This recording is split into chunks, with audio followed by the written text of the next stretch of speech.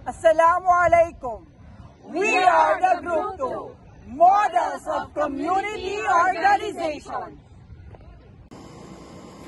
Community organization model or models of community organization is a powerful approach to tackling social problems, empowering individuals and communities to create positive change, and understanding the various models of community organization is a practice of essential for effective implementation and achieving meaningful results. I am Salamuddin K. Abdul Ghani. And I am Normina Budi. And I am Santilia Ikernel. And we are going to discuss the 3 models of community organization. Great job, your The first model is the locality development. And the second model is the social planning, as well as I'm going to discuss the critics in social planning or the policy. And lastly, social action.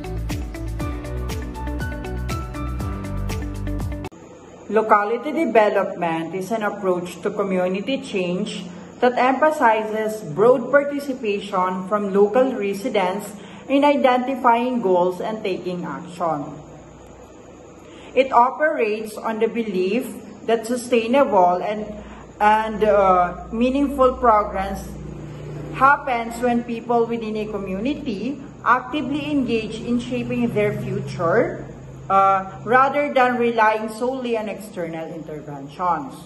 This method is rooted in grassroots organizing, where communities come together to address common concerns, pool resources, and implement solutions. According to the United Nations 1955, defines community development as a process that fosters both economic and social advancement, driven by the participation and initiative of the community itself. This means that the development is not imposed from the outside, but emerges from within the community, ensuring that the local needs and aspirations guide the changes. Like for example, or a good example of locality development is a rural farming community working together to improve agricultural productivity and economic stability.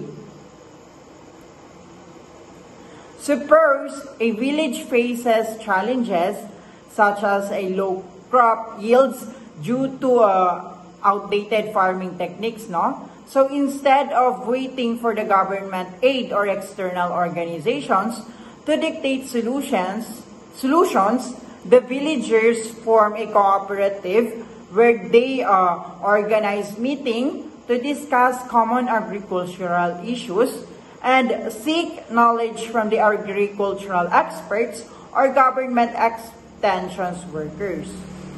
They develop collective strategies such as using organic fertilizers, modern irrigation techniques, or cooperative marketing. And lastly, they work together to secure funding or resources from the local institutions. So, through this process, the community is actively participates in decision-making and implementation, making development more sustainable because it aligns with their specific needs. And over time, the village experiences economic growth, improved food security, and stronger social cohesion, and all achieved through locality development principles. So let's proceed to the locality or community development. It is an approach that focuses on empowering communities to take charge of their own progress. It is not just about achieving specific economic or social goals, but also about the building community stability to solve problems, strengthen relationships, and develop leadership from within. So, this approach foster community building by promoting process goals, meaning that the journey of working together is an important as a outcomes. By engaging in collective decision making, communities develop competency, learn to collaborate effectively, and create harmonious relationships that contribute to a long-term stability. So a key aspect of the locality development is education and personal growth. Participants are encouraged to learn new skills, understand community dynamics, and become more proactive in addressing local challenges. So instead of relying on the outside experts or authorities, leadership is developed from within. So ensuring that that change is sustainable and rooted in the community's own values and needs. So importantly, control remains in the hands of community members, meaning they have ownership over decisions and the direction of the development efforts. Like for example, a great example is the establishment of a youth-led community center in an urban neighborhood. Suppose a community faces issues such as the lack of recreational spaces for youth, increasing crime rates, and limited educational opportunities. So instead of waiting for the external intervention, local residents, especially young people or the sangguniang kabataan within a barangay, come together to create a solution. So, there are 5 solutions. First is the community meetings. The residents discuss the issues and propose ideas for a safe space where young people can engage in proactive activities. So the second one is the skill development and leadership. Young leaders emerge taking charge of fundraising, organizing events, and managing the center. The third one is the education and personal growth, meaning the center offers skills training, tutoring, and mentorship programs empowering participation to improve themselves. And the fourth one is the social integration, meaning by working together, different community members, including the elders and the youth, form stronger relationships and a sense of belonging. The last one is the community control. Since the center is run by the community, decisions about the program and management remain in their hands, ensuring it meets local needs. So, through this process, the community not only address a social issue, but also becomes stronger, more competent, and more self-reliant, which is the essence of locality development. So let's proceed to the critique of locality development or critiques of locality development. Well, locality development has many strengths, It also faces several criticisms that can limit its effectiveness in bringing about deep and lasting change. These critics highlights its potential, weaknesses in addressing larger structural issues, and power dynamics. The first critique is a soft strategy for change. Locality development is often seen as a gradual and non-confrontational approach, focusing on more relationship building and community participation rather than directly challenging or existing power structure. While this can create a sense of unity, it may not be effective in tackling urgent and deeply entrenched social, political, or economic problems that require bold action. The second one is the diverts attention from structural issues by prioritizing harmonious relationships and community cooperation. Locality development might overlook systematic inequalities such as the poverty, discrimination, or government neglect. Like for example, a community working together to improve local schools might focus on volunteer efforts and fundraising rather than the demanding better public funding and policy reforms from the government. So this limits the impact of their efforts in addressing root causes and underdevelopment. So the third one is the consensus process can impede progress since locality development emphasizes inclusive decision making and consensus. Progress can be slow and inefficient, especially when there are conflicting interests within the community. In situations where urgent action is needed, such as the responding to a health crisis or environmental disaster, this approach may delay necessary interventions due to lengthy discussions and negotiations. The fourth one is the limitations in the face of larger power structures. Local efforts may be overpowered by national or regional forces, making the heavy emphasis on local actions inefficient. Like for example, a rural community is trying to protect its natural resources might struggle if large corporations or government policies favor industrial expansion. In such cases, focusing solely on local solutions without engaging in broader advocacy or policy changes can lead to failure or minimal impact. Example of these criticisms in action: a small fishing village facing environmental destruction due to industrial pollution may try to organize community-led cleanup programs and sustainable fishing practices.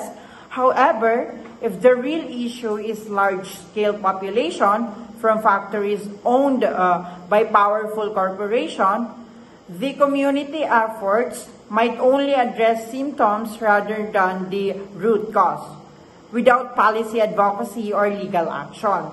Their locality-based approach remains ineffective against external forces controlling their environment. So, in conclusion of my report, while locality development is valuable for strengthening community bonds or community participation, it has limitations in address deep-rooted social inequalities, urgent crises, and external power structures. To be more effective,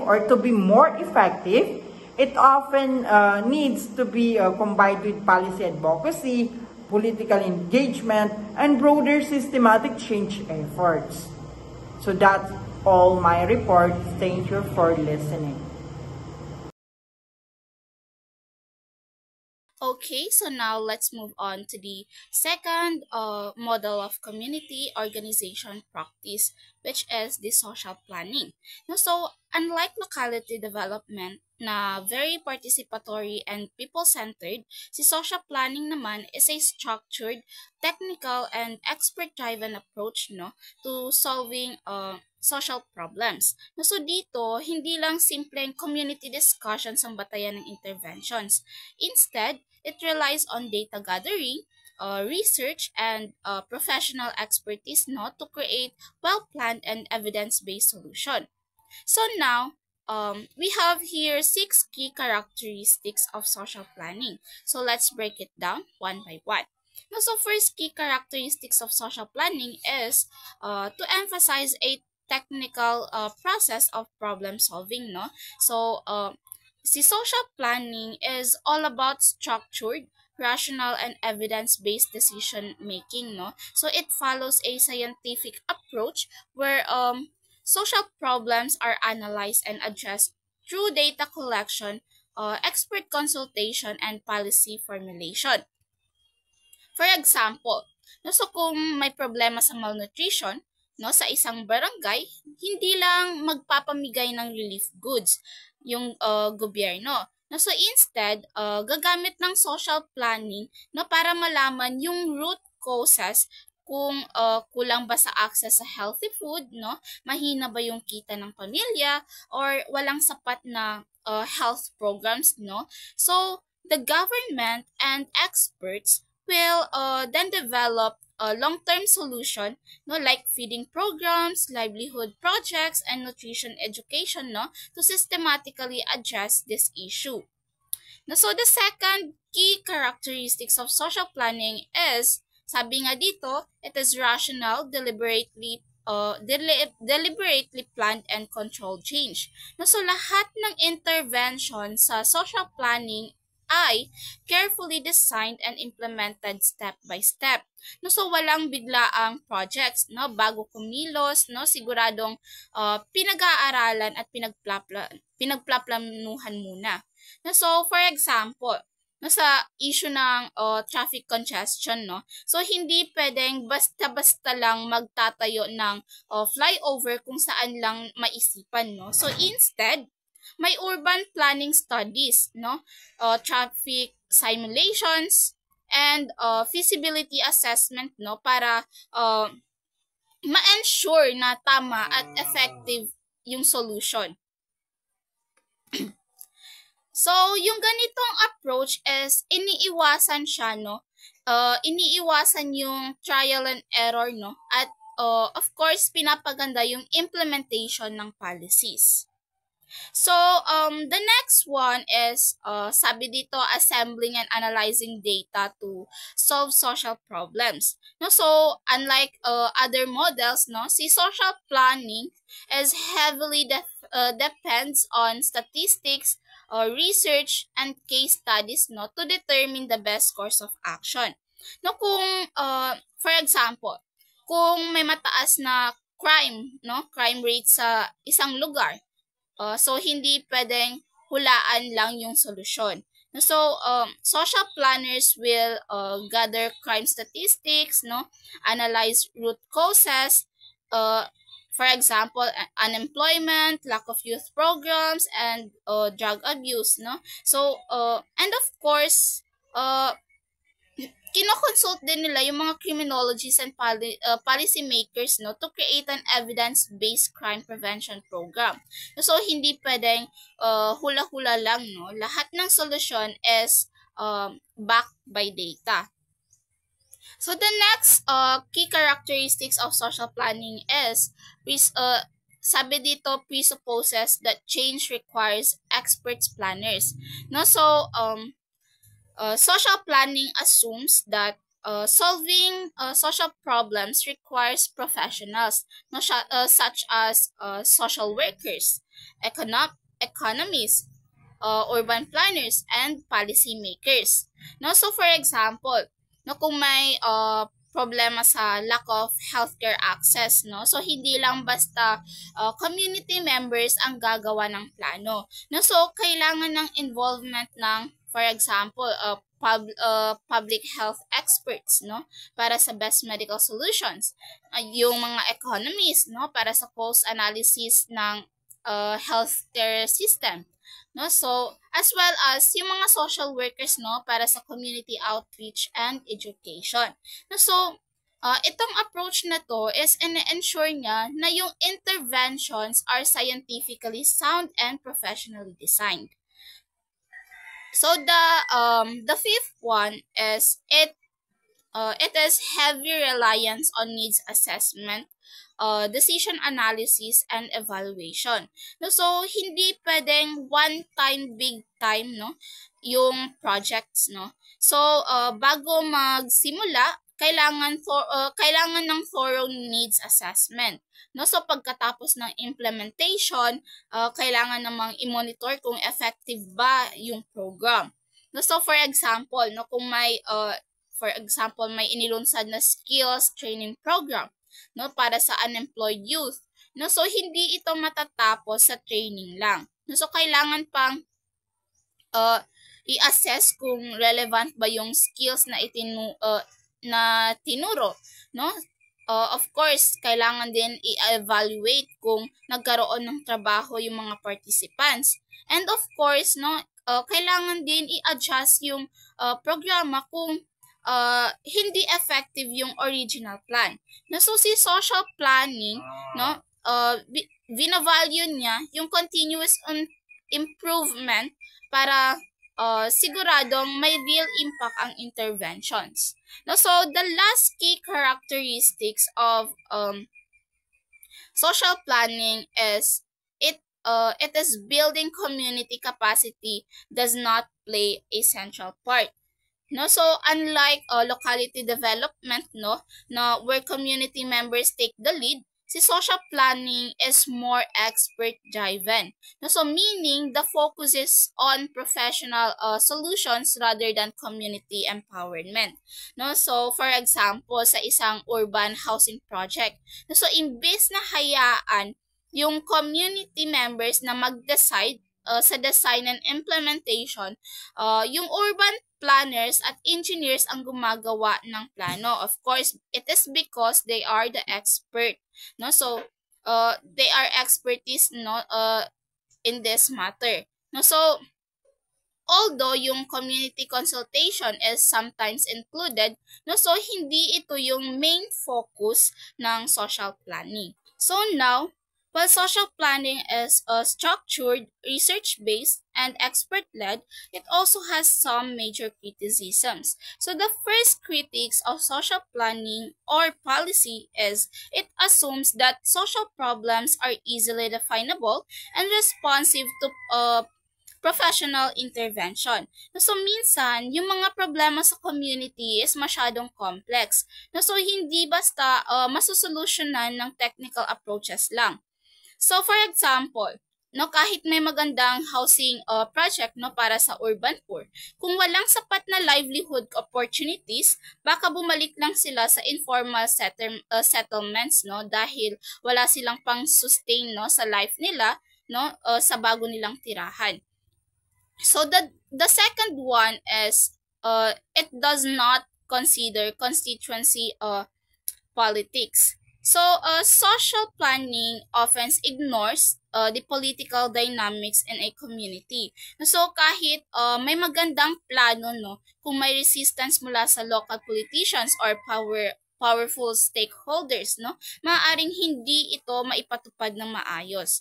No, for example, sa pagpapatayo ng public hospitals, no, baka may politiko, no, na kumontra dahil hindi ito align sa kanilang personal interest, no, kahit kailangan ng community ang hospital, hindi ito agad ma-implement dahil sa politika. So the third critics is it does not address the get by mentality or the fiscal constraints. No, so social planning assumes na may sapat na resources, no, para sa interventions. Pero in reality, maraming programs ang nagfe-fail dahil kulang sa budget. No, so, for example, kung may planong modernize public transport system, no, so pero walang sapat na pondo, no, para pondohan ito long term, no, baka hindi ito magtagal at bumalik din sa luma nitong sistema. So the fourth critics is solutions are often driven by elite experts from outside the community. So dahil professionals and external experts ang gumagawa ng decisions, minsan hindi nito natutugunan yung totoong pangangailangan ng community. No, so for example, kung may livelihood program, no, sa isang rural community, pero yung itinuro is high-tech farming techniques, no, na hindi naman kaya ng mga magsasaka. So hindi ito magiging effective, no, dahil hindi tugma sa realidad, no, doon sa lugar na iyon. So See, social planning is a structured, research-based, and expert-driven approach to solving community problems. So it is best suited for large-scale issues like urban planning, healthcare, and disaster management dahil systematic siya and well-researched ang mga solutions nito. However, its main weaknesses are of it assumes problems are simple and easily solved by experts. And also, it often ignores local politics and financial limitations. Um, it also relies heavily on professionals rather than empowering the community. So, for social planning to be truly effective, kailangan itong i-balance with community engagement, as well as political awareness and financial sustainability. So, that ends my discussion for social planning.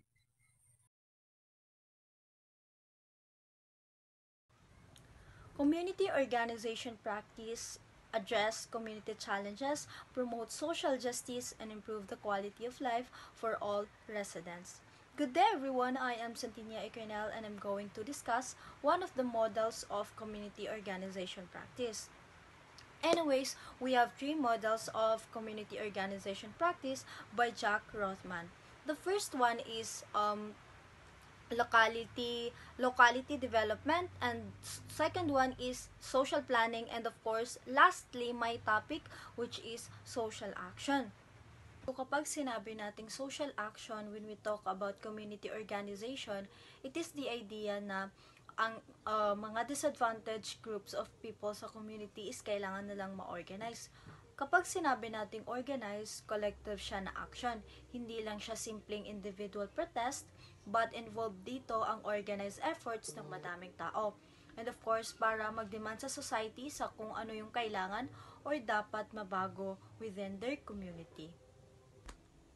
According to Rothman, social action is a strategy used by groups or communities or even national organizations that feel that they have inadequate power and resources to meet their needs. Dito, ini-emphasize ni Rothman na sa isang society, there are groups na mas may control sila over resources and decision making because they have the power and of course nasa kanila yung favor. And because disadvantaged people lack financial, political, or social resources para effective na ma-advocate kung ano man yung needs nila, and nagli-lead ito siya na hindi nila ma-meet kung ano man yung mga needs na yun. And of course, nagkakaroon ng discrimination and marginalization. And this is when social action arises, when groups realize that they need to take proactive steps para i-address yung power imbalances and resource disparities. So, ang ginagawa nila, they confront with the power structure using conflict as a method to solve their issues related to inequalities. So, this model is designed to and developed with a commitment to promoting fairness, equality, and dignity for all people. It aims to avoid biases that might perpetuate harm, discrimination, and instead strives to be inclusive and respectful of diverse perspectives. So, ang mga social workers, practitioners, ang aim nila is to empower the poor and the oppressed by coming in conflict with the rich oppressors who control resources and power.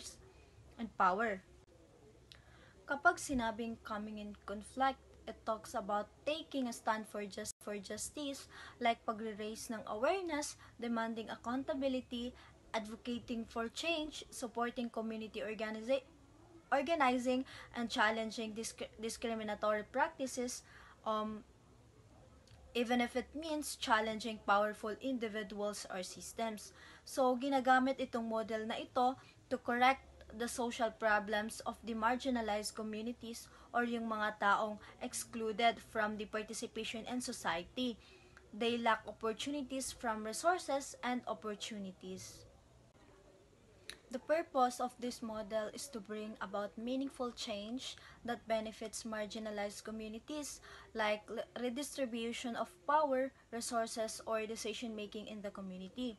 This means empowering communities to have more control over their own lives and destinies. So, involved na rin dito ang pagbibigay sa mga residents ng voice sa mga local government decisions, pag-e-ensure ng fair access sa mga essential resources like healthcare and education. According dito, social action is highly adversarial and social justice is dominant ideal, meaning it involves direct conflict with those in power. It might include protest, boycotts, civil disobedience, or other forms of direct action. Ang aim is to challenge and baguhin kung ano man yung existing order of things sa isang community. So, dito naman tayo sa social action critic. So, this critic highlights some of the challenges faced by social action movements. Ito yung mga difficulties sa pag-coordinate ng social action, kumbaga yung mga negative aspects nito. First, fragmentation among issue groups. Ang social action often focuses on specific issues na related to this particular identity group, such as racial justice, LGBTQ+ rights, disability rights. This focus ng social action is important, but pwede rin siyang mag-lead to fragmentation, division, or separation. Pwedeng itong iba't ibang groups na to is mayroon silang ibang priorities aside from this movement that makes it difficult to build a united front. Nagkakaroon ng fragmentation or pagkakawatak-watak minsan, although meron silang social movement because of their particular identity groups. Second, fluid, shifting, and irregular coalitions, meaning ang temporary alliances or partnership between different groups are often unstable. Pwede silang ma-dissolve as priorities change or conflicts arise, which makes it difficult na ma-sustain and ma-achieve yung long-term goals. Last is modest salaries and lack of professionalism. Because of financial constraints and a lack of professionalization, can weaken or makadamage sa long-term sustainability and effectiveness ng social action movements. Nahihinder nito ang ability ng social action movements to build strong teams and ma-achieve kung ano man yung goals nila. And that's all. Thank you so much for watching and Assalamualaikum. We are not here to dwell on problems, but we are here to ignite actions. Today, we will be discussing about community organization models, practice variables.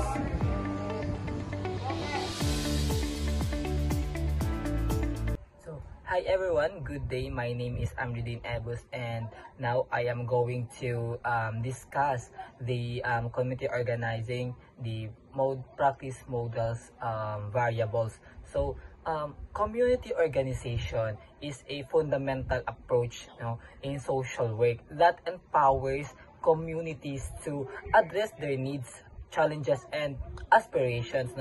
Various models guides a community organizers in their practice, ensuring that interventions are strategic, participatory, and responsive to the realities of the people. So the CO models practice variables, it provides a framework for understanding different approaches to community organizations. So these models include the locality community development, social planning, social action, each with distinct goals, strategies, and expected outcomes. So locality development, it focuses on building self capacities and strengthening community integrations. So social planning naman emphasizes problem solving and institutional change, while the social action targets power, distribution, and advocacy for social justice. So by examining these models, we gain insights into how social workers and community organizers engage with communities, mobilize resources, and create meaningful social change. So this discussion will explore the key variables that shapes each models, no, and how they are applied in different contexts. And now, let's go to the number one, the goals of community action. In goals of community action under the locality community development, so the goal of community development is to build self-help capacity and integrate the community in solving its own problems. No, so the focus here is to empower people. No, so they are capable of addressing their own needs and sustaining positive change. Isipin nyo na lang, isang community in a rural area facing poor access to clean water, no, for example. So through a community development approach, the goal is to empower residents, no, to organize themselves, no, para makahanap sila ng solutions, no, and also makabuild sila ng infrastructure para sa kanila, no. So this creates a sense of ownership and ensure long-term sustainability, no. So under the social planning naman, so social planning focuses on problem solving by designing strategies and creating detailed plans, no, that often rely on expert knowledge or external input. So it targets structural issues like poverty or inadequate infrastructure, and it aims to address these through organized and well thought out actions. So for example, no, ang local government is working to improve healthcare in a region where access to medical services is limited lang. So the goal would be to plan the establishment of healthcare facilities doon. So it hire medical personnel and also ensure resources are distributed efficiently, no. So this requires technical expertise, data collections, and strategic planning, no. Under the social action naman, so in social action, the goal is to redistribute power and resources, no, ensuring that the marginalized groups get access to what they have been denied.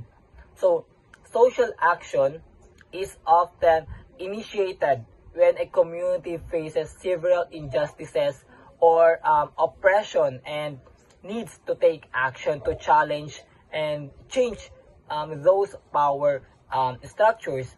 So for example, no, merong group of workers in a factory who face exploitation and unsafe working condition. So dito nagdemand sila ng better sahod, no. So and also para mag-improve ang condition and workers rights, no. So through social action, so they may organize protests or strikes to make their voices heard and force change from the factory owners or government.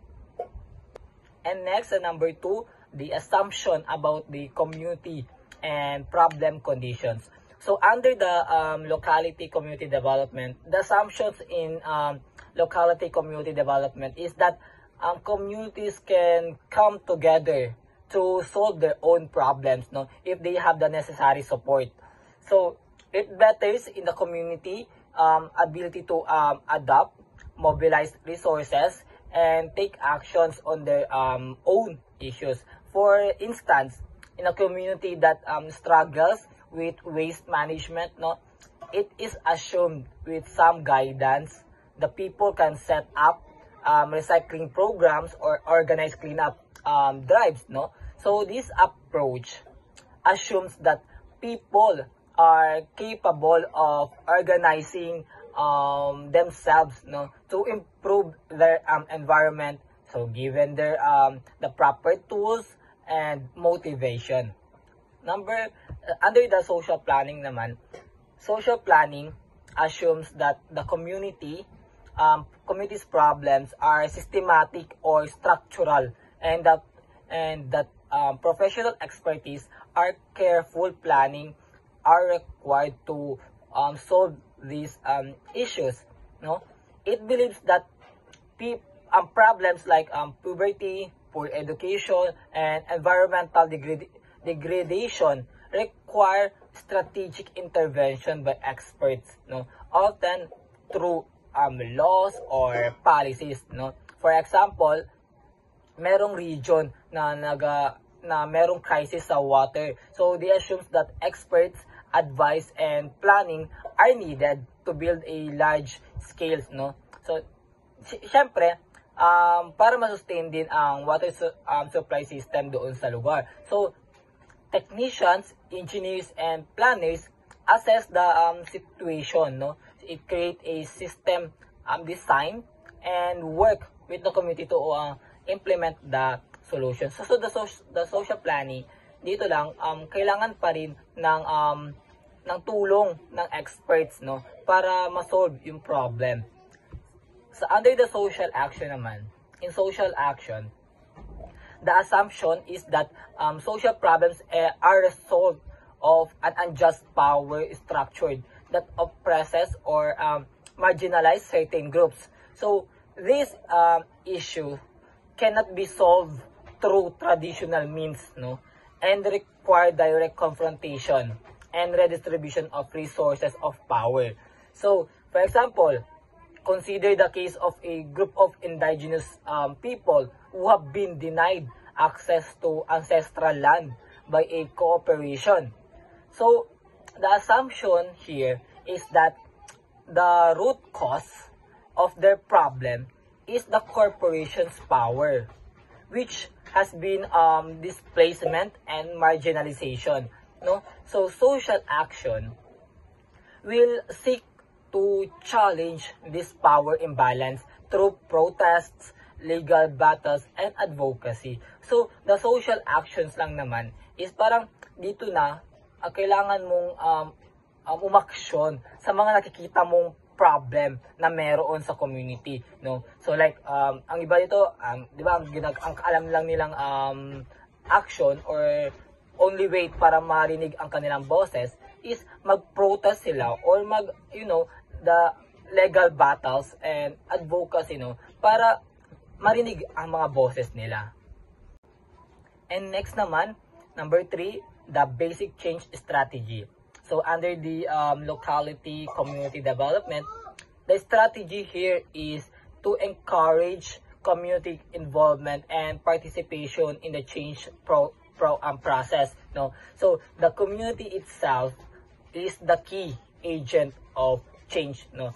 So the strategy emphasizes collective decision making, self-empowerment, and grassroots leadership. So example, in a community facing high unemployment rates, no, so the community may form cooperatives or small businesses that they run together. So social workers may provide training, mentorship, and organizational support, no. So but the community decides on the direction of the project.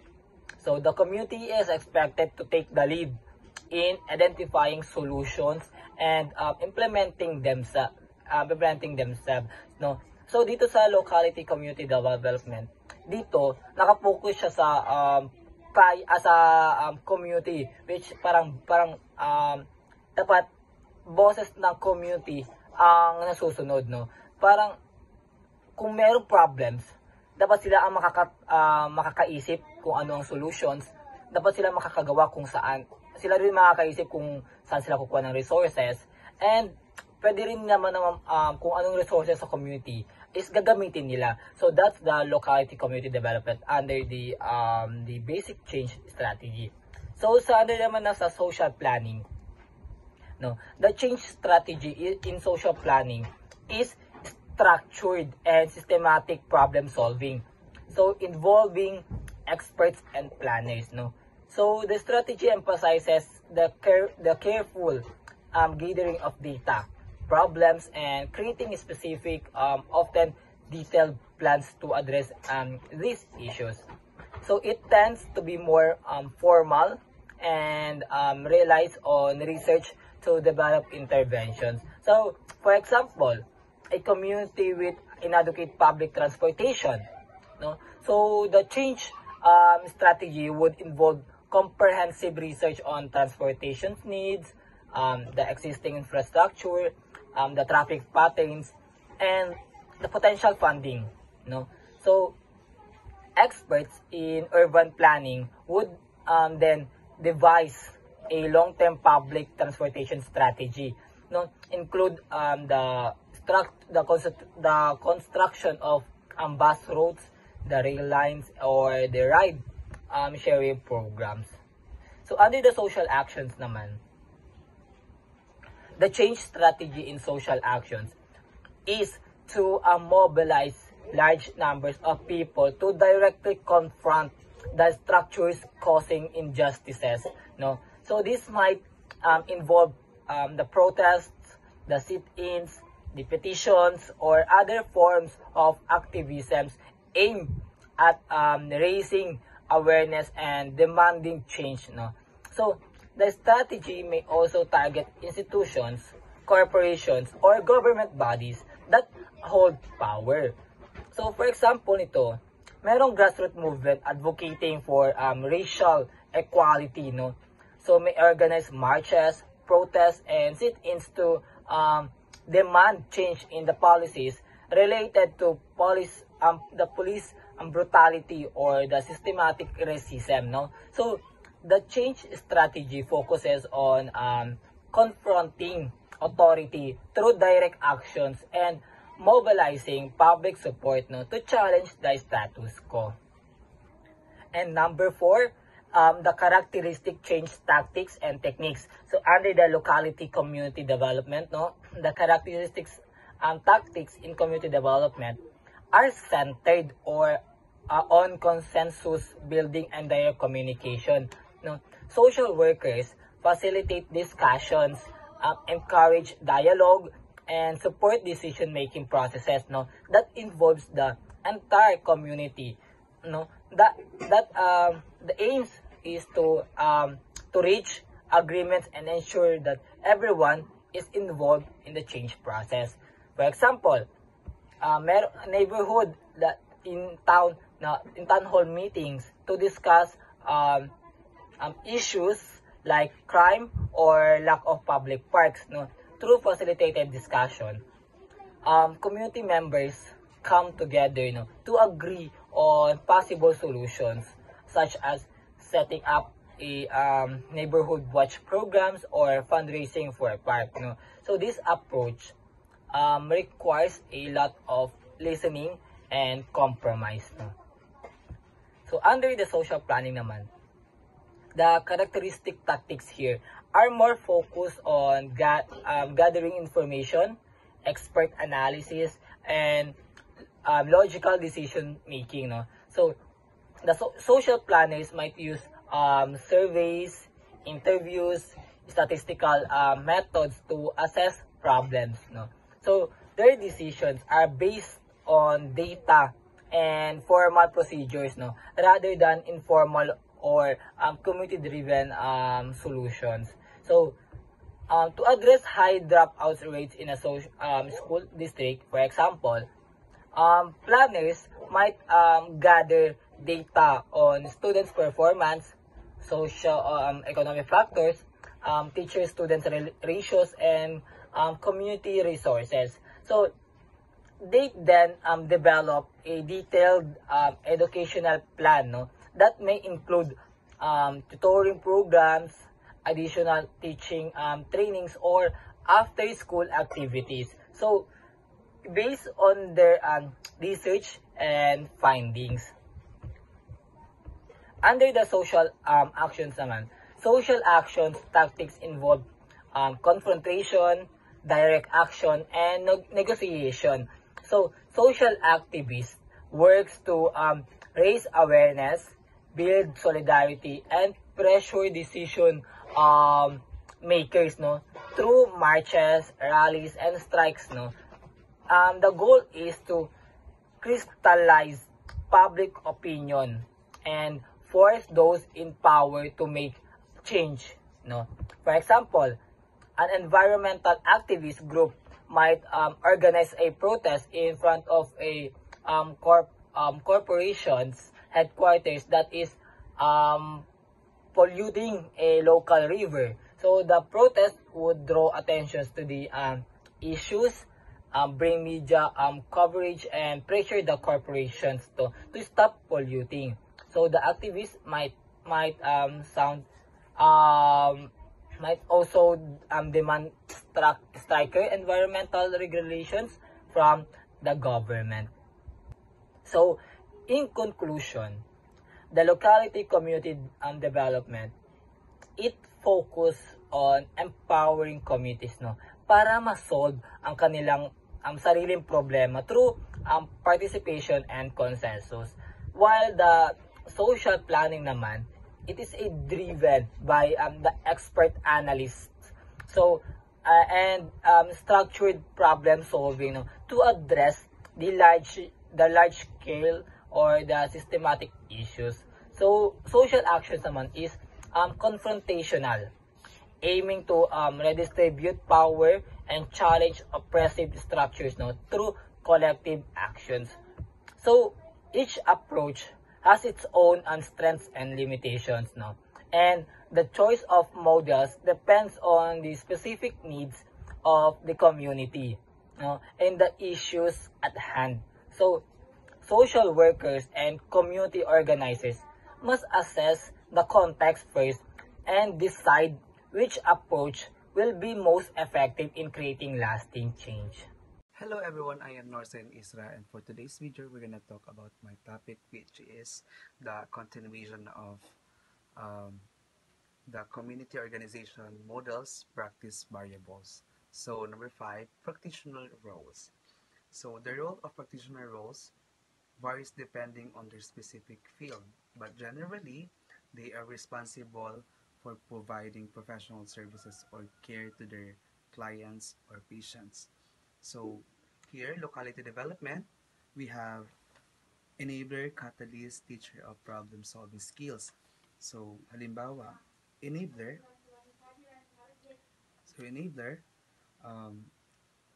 halimbawa ako isang organizer, no? So, kailangan ko mag-act as an enabler. And kailangan ako yung magiging way para mailabas ng community yung natatangin nilang strengths or capabilities. So, I am the one who will provide them with opportunities to enhance and demonstrate their strengths and capabilities. So, sa social planning naman, dito, ang magiging role naman ng organizer ay isang fact gatherer and analyst, program implementer, and facilitator. So, sa social action, here, the organizer is like the activist, no? Kailangan activist yung organizer. So, the organizer must react as an advocator on the rights and on their client's need. So, the organizer can also act as a broker. So, for example, when there are disputes or conflict in the community, the organizers serve as a conduit for communication.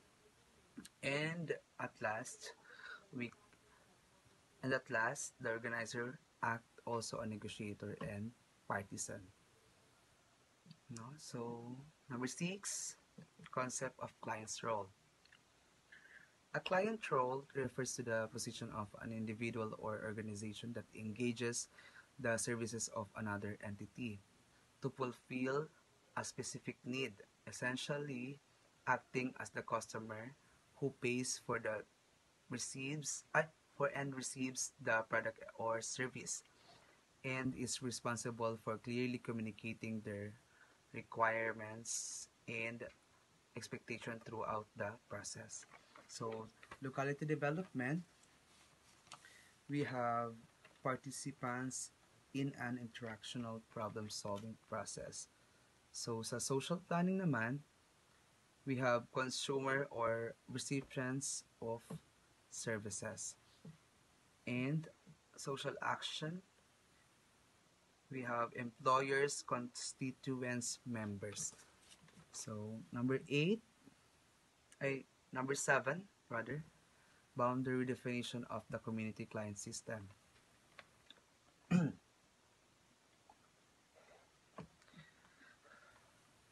So, number 7, boundary definition of the community client system is refers to the delineated borders that define the geographical area of a community.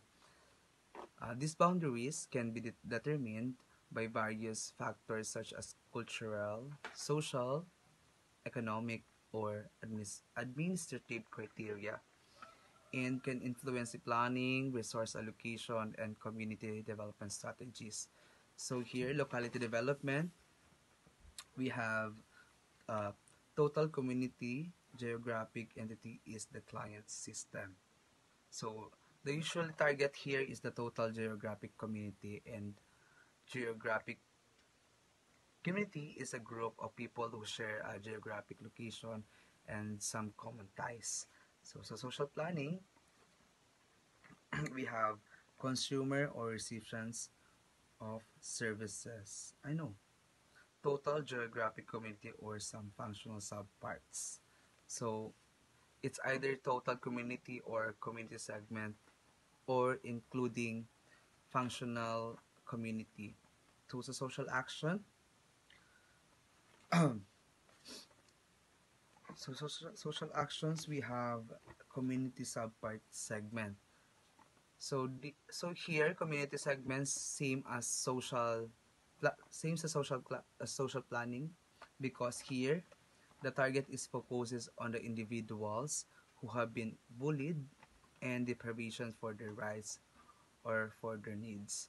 So number 8, the last one, is assumptions regarding interests of community subparts.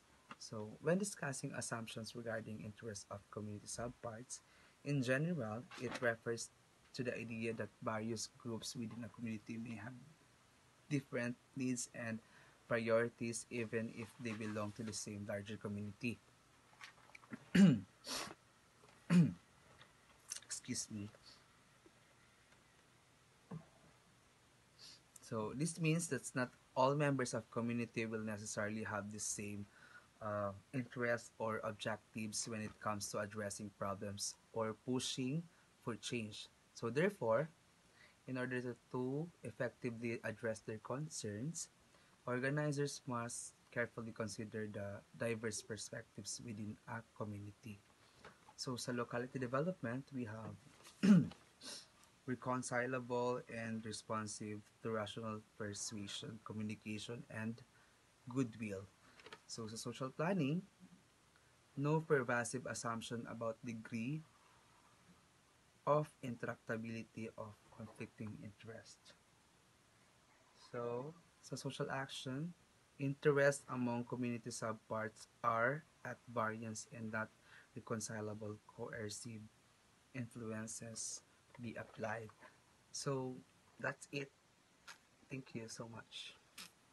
Good day everyone. Today, I will be discussing 3 important concepts in community organization models. These are, number 1 is concept of public interest, number 2, concept of the client population, number 3, concept of the client or constituent role. Each of these ideas helps us understand how communities work together, how people are treated in social programs, and what role they play in making decisions. Let's go through them one by one. Number 9, concept of the public interest. The concept of public interest refers to how decisions are made in a community and whose needs are prioritized. It can be understood through 3 different perspectives.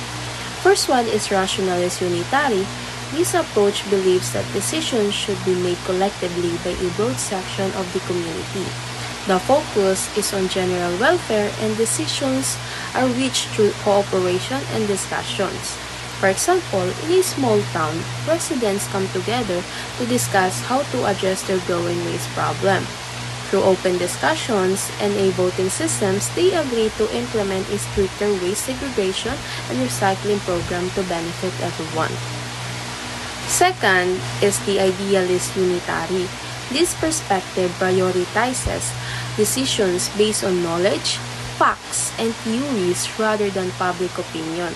Experts and professionals usually lead the decision-making process.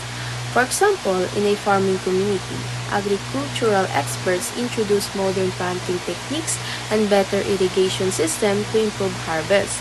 Even if some farmers are hesitant at first, the decision is based on scientific research and a long-term benefits. And the last one is the realist individualist. This approach views public interest as a competition between different groups, where those with more power often have the advantage and decisions may benefit certain groups more than the others.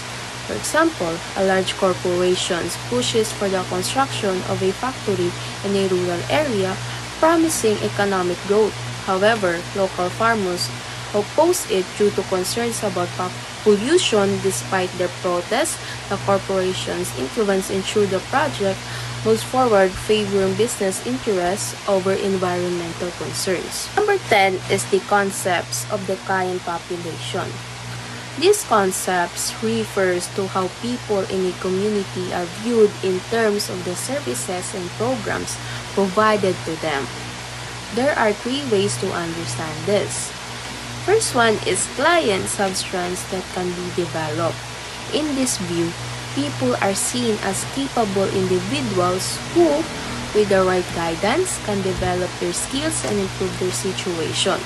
Social workers and community organizers help them unlock their potential. For example, a non-profit organization sets up training programs for unemployed youth, teaching them technical skills like carpentry and computer programming instead of just giving them financial aid.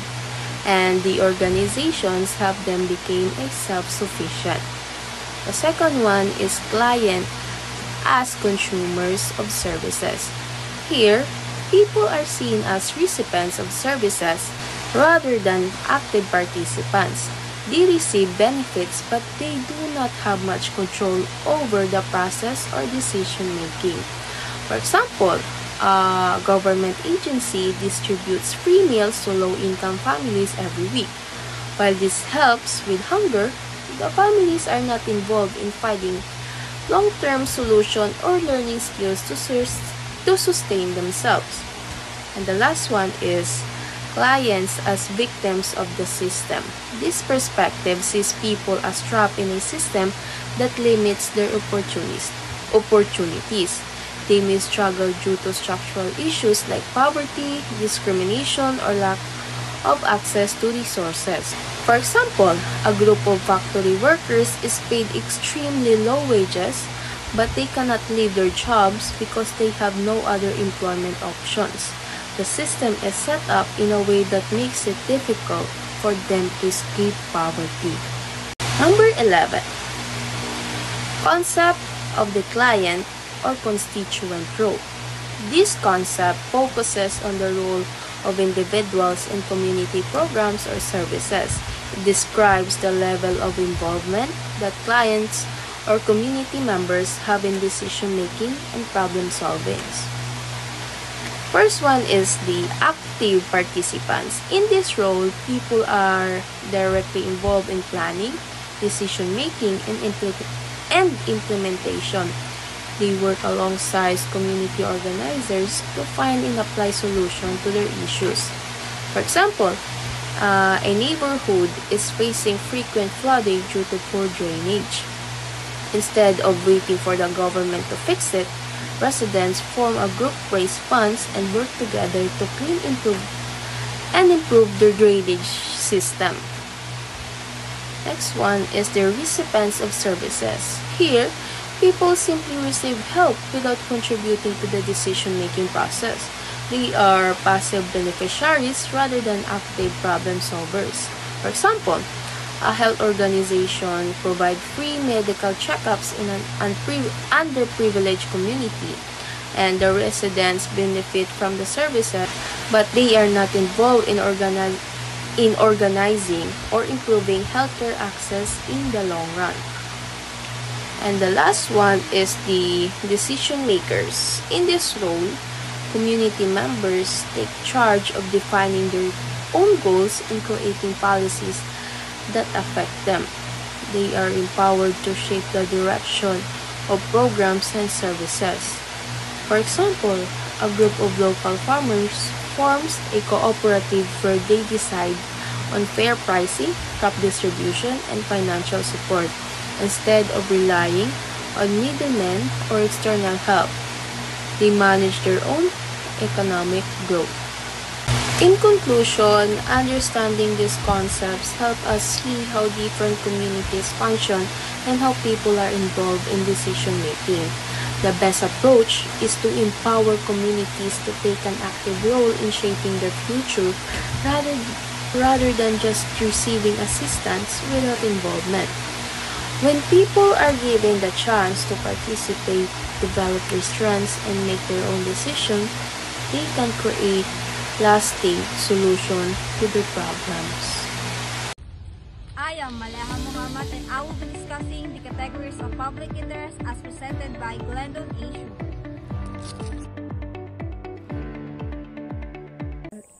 Good day everyone, my name is Maleha Muhammad and today I will be discussing the categories of public interest as presented by Glendon A. Schubert. So, public interest is a crucial concept in governance, law, and policymaking, and influencing how decisions are made for the welfare of society. So, Schubert categorized public interest into three main perspectives. So, the first is the rationalist view, and second is the idealist view, and the third is the realist position.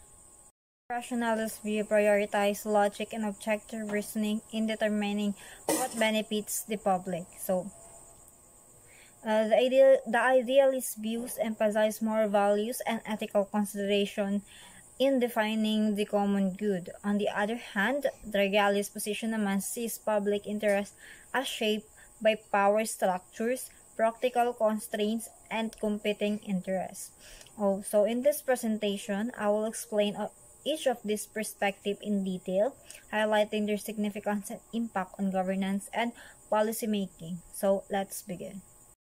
Next is the idealist view. So this perspective or itong view suggests that the best way to determine the public interest is by trusting knowledgeable and compassionate people na will think deeply about what is best for society. Kumbaga iniisip kung ano mas ikakabuti ng society instead of just following the maturity. So, this expert is use their judgment and conscience to decide what truly benefits the public. The third is, the last but not the least, is the realist position.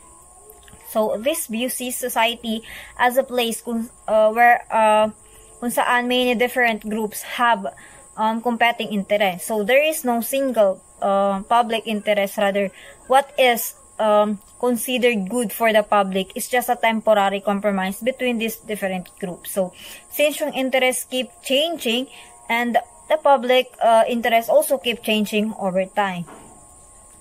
So, I guess that's all my part. Thank you. In public policy and social work, there are two ways to define public interest. I am Rahadia M. Mulangkaya and I will be discussing about the unitary and the individualist concept by Meyerson and Banfield. Assalamualaikum and good day everyone.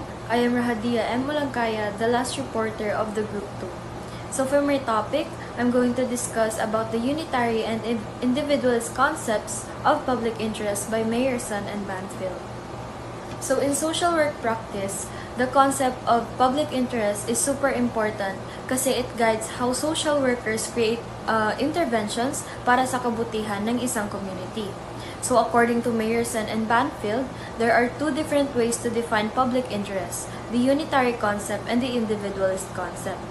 So this concept helps social workers understand kung paano ginagawa ang mga decisions that affect the welfare of a society. So first is the unitary concept. So the unitary concept is all about one decision fits all. So it assumes na may isang solution lang na best or let's say na effective para sa lahat. So kaya dito sa unitary concept, hindi na kailangan na i-consult pa yung mga tao kasi usually the decisions are made by a higher authority kagaya ng government, organizations, or even the social workers mismo, especially sa mga situations na kailangan ng immediate response. So the goal of unitary concept is to provide efficient and quick solutions, pero the downside is hindi na nako-consider yung individual needs ng bawat tao. So ang example ni unitary concept, kunwari sa isang relief distribution after a typhoon, sina LGU, they decided na lahat ng mga victims ng typhoon ay makakatanggap ng food packs without asking kung ano talaga yung pinakakailangan nila. So, in this case, pwedeng may families na mas kinakailangan nila yung medicines or hygiene kits. Pero, hindi na yun siya nabibigyan ng priority kasi ang focus ng unitary concept is to just focus on what's best for the majority, and that is the unitary concept in action. So, next is the individualist concept. So, dito naman sa individualist concept, it believes na walang one-size-fits-all solution when it comes to public interest. So instead, it recognizes na each person or group has different needs and priorities. So dito kay individualist concept, mas pinapahalagahan yung participation ng community through consultations, discussions, and negotiations. So for social workers, this concept aligns with the empowerment approach, where people are given the chance to voice out their needs and be part of the decision-making process. So for example, kapag ang isang social worker ay nagpaplano ng livelihood program for the indigent community, they will conduct community consultations or assessments para malaman kung ano talaga yung pinakakailangan ng mga tao. So in this case, some might suggest urban gardening, or others might prefer sari-sari store business or skills training like sewing or baking or etc. So the final decision will depend on what the community collectively agrees on, making them feel more involved and empowered sa project. So in summary, the unitary concept, the decisions are made or comes from only one authority. So it is ideal for emergency response or yung mga short-term na interventions, pero medyo less inclusive lang siya. Meanwhile, ang individualist concept naman, the decisions are made through the community participation. So it is best for long-term development programs and promotes empowerment and social justice. So in conclusion, both the unitary and individualist concept play an important role in social work practice. But still, depende pa rin yan sa kung ano ang situation. So the unitary concept works best sa mga urgent cases like disaster relief or health emergencies wherein speed and efficiency are the top priority. Meanwhile, ang individualist concept naman is more effective sa community development projects where the goal is to promote inclusivity, sustainability, and empowerment. So as future social workers, it is important to know when to apply each concept. So whether we need to act quickly for the greater good or take time to engage the community para mas maging inclusive and also mas maging responsive yung mga interventions. So that's all for my topic. I hope you learned something. Once again, I am Rahadia M. Ulangkaya, the last reporter of the Group 2. Thank you. Thank you so much.